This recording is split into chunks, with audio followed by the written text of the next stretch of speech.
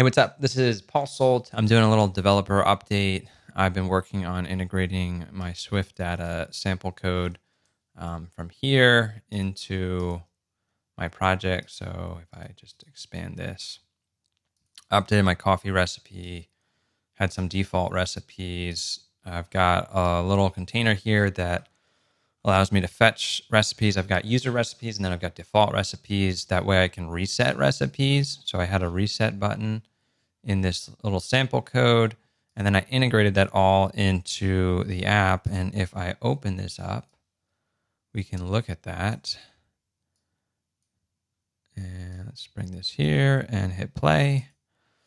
So this is it running on my iPhone. So this is me adjusting the way you can drag and move this slider in the middle. Hitting the button in the top right brings you to the recipe controls where we can change the recipe settings. So I'm setting it to 2 minutes and 10 seconds for the pour. Then I'm force quitting it and I'm reopening the app. It's remembering the weight that we set and it's remembering the time. So it's never done this before. It's always had my recipe hard coded, and I finally have the ability to do all this. Plus I have the ability to reset to the default down here at the bottom. And so when I hit that, it will reset. And then at the very top, I had the concept of save or cancel. That wasn't working before either.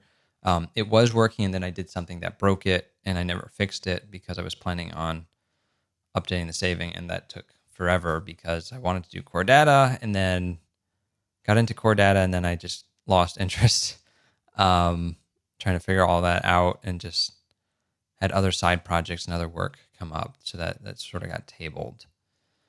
So I picked it up with SwiftData, and that's what we're working with right here, and it's super cool. I've got ability to fetch stuff. Right now, I've integrated this into a UIKit application. So that was the biggest challenge of like, how do I integrate this with a application that already has like storyboards? Like my main storyboard right here drives everything.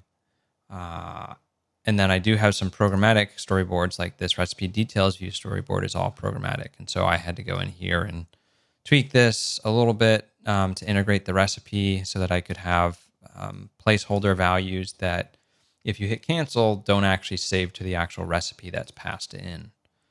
So all of my custom UI controls for that just work off of that. So that's what I've been working on. I'm looking to have a new version of the beta out. So if you want to try it, that's going to be signup.brewcoffeeapp.com.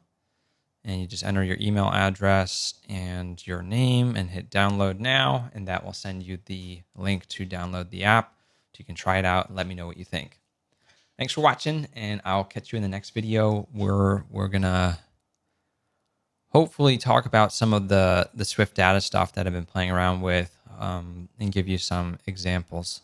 And then I'm going to have some stuff on CloudKit as well. So just going over how to get started with CloudKit and some of the, I'll probably be publishing like little tips on CloudKit because there's a couple of gotchas that I've run into, and I'm going to show you how to work around them if you hit them.